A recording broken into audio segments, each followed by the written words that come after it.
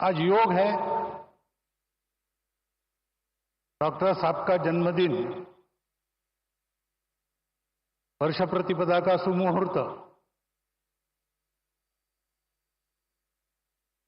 Doctor साहब जन्मे वो रविवार ही था। उनके बाद जिन्होंने संघ की बागडोर संभाली,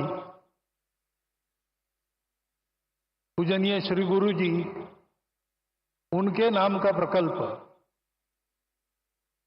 और प्रधानमंत्री जी का यहां पर उपस्थित होना, ये सारे शुभयोग यहां पर एकत्रित है।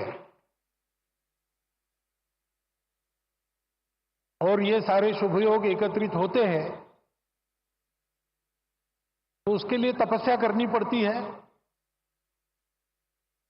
माधव नेत्रालय के कार्यकर्ताओं की गत अनेक वर्षों की तपस्या के हम सभी साक्षी हैं। तपस्या से पुण्य अर्जित होता है, पुण्य से फल मिलता है, लेकिन वो फल अपने लिए न रखते हुए उसका विनियोग भी लोक कल्याण के लिए ही करना,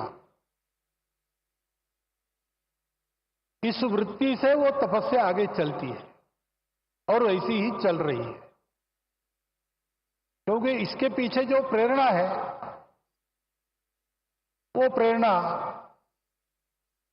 संघ विचार की प्रेरणा है। संघ विचार की प्रेरणा यानी वो प्रेरणा स्वार्थ की प्रेरणा तो नहीं ही है, भय या प्रतिक्रिया की भी प्रेरणा नहीं है, न कोई मजबूरी है। शुद्ध सात्विक प्रेम, यही वह प्रेरणा है। अपना समाज है, अपने समाज में दृष्टिहीनों के उपचार सबके पास जाए, सबको मिले, ये एक समस्या बनी रहे, ये समाज को शोभा नहीं देता। ये समाज मेरा है, इसलिए मेरा जो भी सामर्थ्य है वो लेके मैं इस समस्या के लिए जो कुछ कर सकता हूं करूंगा, करते रहूंगा, प्रामाणिकता से, निस्वार्थ बुद्धि से, तन मन धन पूर्वक। सब क्षेत्रों में संघ के स्वयंसेवक जो कार्यरत है, इसी प्रेरणा से कार्यरत है।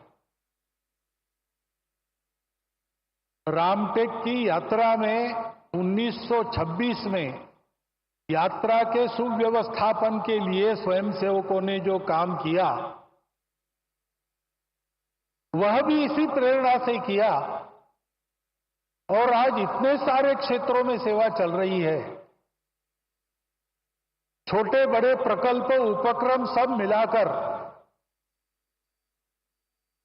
1.5 लाख के ऊपर समाज के लिए काम चलते हैं स्वयंसेवकों के, इसी प्रेरणा से चले हैं। यही प्रेरणा है वो स्वयंसेवकों को अपने लिए कुछ न चाहते हुए सबके लिए कष्ट करने की प्रेरणा देती है। बदले में कुछ भी नहीं चाहते, करते जाते हैं। ऐसी लंबी यात्रा के कारण समाज ने देखा परखा संघ के स्वयंसेवकों को और मान लिया। उसके फलस्वरूप अनुकूलता भी आई, बाधा भी दूर हुई, आगे बढ़ रहे हैं स्वयंसेवक, लेकिन ध्येय की वही दृष्टि कायम है। और ये सारे सेवा के काम दया भाव से नहीं चलते। एक तो समाज के प्रति प्रेम है और दूसरे तो वास्तव में समाज में सबको ही दृष्टि देनी है। चर्म चक्षुओं की दृष्टि से संपन्न या उससे रहित ऐसे समाज के लोग 2 प्रकार के हैं। लेकिन सदा सर्वदा जीवन में जो दृष्टि आवश्यक होती है, जीवन में हमको जो कुछ मिला है परिस्थिति के रूप में, उस परिस्थिति का अधिकतम उत्कृष्ट उपयोग करते हुए अपने जीवन को सार्थक बनाना, अपने जीवन को निरामय बनाना, अपने जीवन को स्वस्थ बनाना, ये सारा करने के लिए जो जीवन की दृष्टि चाहिए, वो जीवन की दृष्टि ही है। और उस जीवन के दृष्टि का सारांश में वर्णन है सेवा।